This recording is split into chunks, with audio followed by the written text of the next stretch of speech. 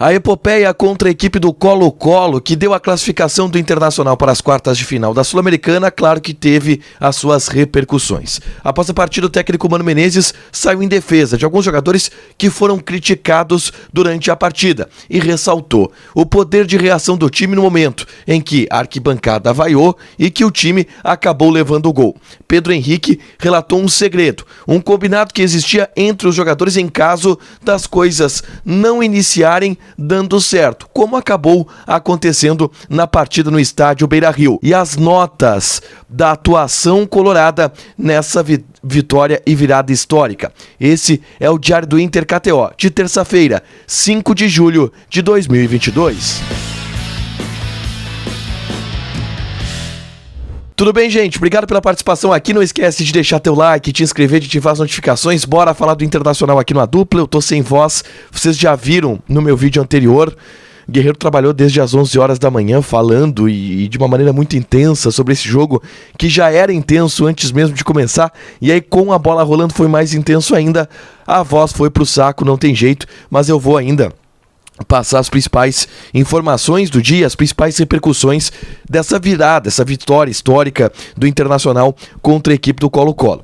O resumo da partida, que eu fiz logo depois do jogo, você confere aqui. Eu peço desculpa por não ter a exatidão em todos os lances. Alguns inscritos me ajudaram na correção de alguns lances. Por exemplo, foi o Moisés quem cruza a bola que origina o gol do Edenilson. Foi o Edenilson quem bate o escanteio do gol do Alexandre Alemão, mas o resumo da partida, ele tá todo lá, você confere logo depois que o jogo acabou, a minha análise e a minha leitura também sobre tudo que aconteceu nessa noite mágica aqui no estádio Beira-Rio, tá? Mas eu vou para a repercussão pós-jogo. O Mano Menezes, na entrevista coletiva, obviamente adotou ainda um tom cauteloso, porque a euforia do torcedor, a euforia, eu acredito que no vestiário, ela era muito grande. E ele falou sobre, e eu perguntei a ele sobre o momento crítico da partida, sobre o momento em que o Inter leva o gol do Colo-Colo e houve vaias da arquibancada, especialmente para o goleiro Daniel. E o Mano Menezes falou muito sobre o trabalho de resiliência do time, e que é normal o torcedor pegar no pé em momentos em que as coisas parecem não dar certo e que o time tem que dar a volta por cima. Mas ele fica satisfeito do Inter ter conseguido dar a volta por cima, além desse, em outros momentos. Do Inter e do time dele estar conseguindo dar a resposta para o torcedor em partidas decisivas, em momentos decisivos. E foi isso que aconteceu nessa partida contra a equipe do Colo-Colo.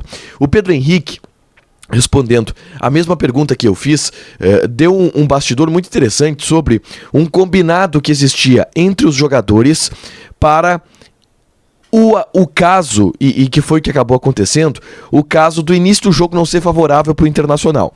O Inter entrou numa pilha, o Inter veio num corredor de sinalizadores dos torcedores do Internacional da concentração até o Beira-Rio. O Pedro Henrique falou sobre esse ambiente externo que motivou todo mundo dentro do ônibus, mas quando o jogo começou, as coisas não deram certo, tanto que o Colo-Colo abriu o placar no gol de pênalti marcado pelo Gabriel Costa. E o Pedro Henrique disse que ninguém dos jogadores falou nada para ninguém, porque já havia um combinado, já havia sido traçada uma estratégia em caso das coisas começarem mal, em caso do Inter ou levar um gol no começo ou demorar para fazer o seu gol, que é de manter a concentração, de se manter posicionado. O Inter em algum momento até sentiu o gol, mas depois conseguiu a recuperação no gol do Alan Patrick, no gol do Edenilson, e essa talvez tenha sido a grande notícia da partida dessa terça-feira, a recuperação, o poder de reação do time do Internacional. O Mano também saiu em defesa do Heitor, muito justificando esse ambiente do Beira-Rio e aproveitando, claro, a vitória, a noite mágica que o Internacional teve. Ele falou sobre o momento das vaias do Daniel e disse que o torcedor, e até acho que nós da imprensa, não podemos criticar a ponto de acabar com a passagem de um jogador no Internacional. A frase, esse jogador não pode mais vestir a camisa do Inter, porque, e aí ele citou um exemplo. O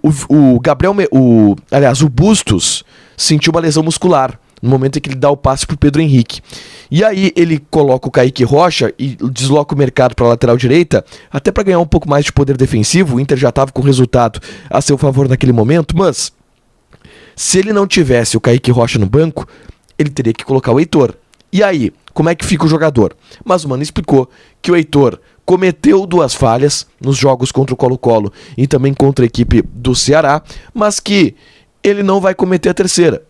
Que ele cometeu as 2 falhas, que ele, Mano, sabe, mas que ele trabalhou com o Heitor para o Heitor não cometer a terceira, ele tem certeza que o Heitor não vai cometer a terceira. E que esse é o papel também do treinador experiente, de dar confiança para o seu jogador, neste caso o Heitor. Eu quero fechar fazendo uma cotação. As notas dos jogadores na partida contra o Colo-Colo. Eu falei en passant no vídeo do resumo do jogo das atuações dos jogadores, mas eu quis colocar em notas a cotação dos atletas para vocês conferirem aqui. Daniel, vou dar nota 6. Muita gente achou que ele falhou no gol. E aí depois, olhando a repetição, eu tenho uma noção, uma impressão maior de falha do que eu tinha anteriormente vendo o lance ao vivo. Ele chegou um pouco atrasado, ele chegou um pouco atabalhoado no lance. Mas depois ele salvou. Em algumas intervenções ele foi muito preciso saindo do gol e fez algumas defesas importantes. Então eu vou dar nota 6 para o Daniel. Bustos, nota 7. O Bustos não fez um jogo brilhante, mas ele dá o passe decisivo para o gol decisivo do Pedro Henrique, que dá a classificação para o Internacional. Então eu vou dar um 7 para o Bustos. Vitão, nota 6. O Vitão fez um bom primeiro tempo, ele deu algumas roubadas de bola cruciais em lances em que ele ficou de mano com o atacante do Colo-Colo, mas ele ficou vulnerável. Ele levou um cartão amarelo no primeiro tempo e foi sacado no intervalo para não ser expulso. Por isso eu dou nota 6 pro Vitão. Já o Moledo, eu dou 7,5. Porque o Moledo entrou e não errou no segundo tempo, né? O Moledo ganhou todas as divididas na segunda etapa, jogou muito Moledo, 7,5. Agora, Gabriel Mercado, eu vou dar nota 9. Eu já havia dito antes que o Mercado, para mim, foi um dos melhores jogadores do Internacional. Uma atuação impecável do doutor Gabriel Mercado. Nota 9 para ele, tá?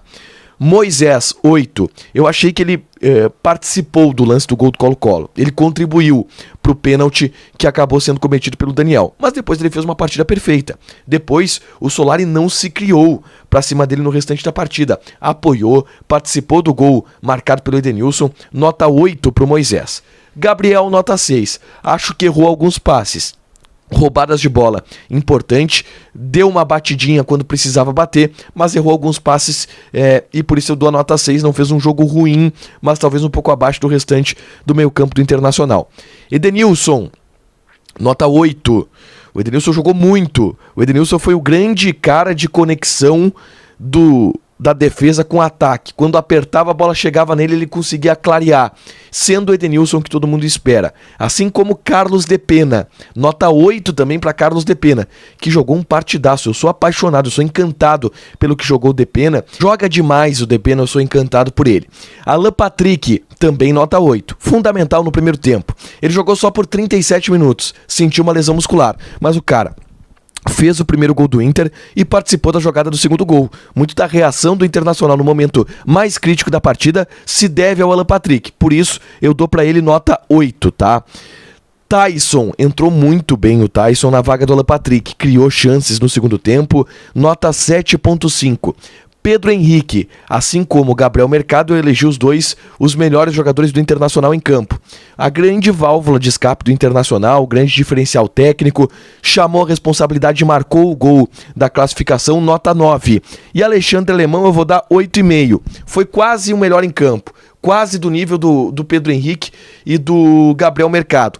Pela luta, por brigar em todas as bolas, por ser um cara que não desiste em lance nenhum e por participar dos gols. Ele participa do primeiro gol do Alan Patrick, ele participa do início da jogada do gol do Edenilson, ele faz o terceiro gol e no quarto gol ele não estava em campo, só isso, porque de resto ele participou de todos os gols.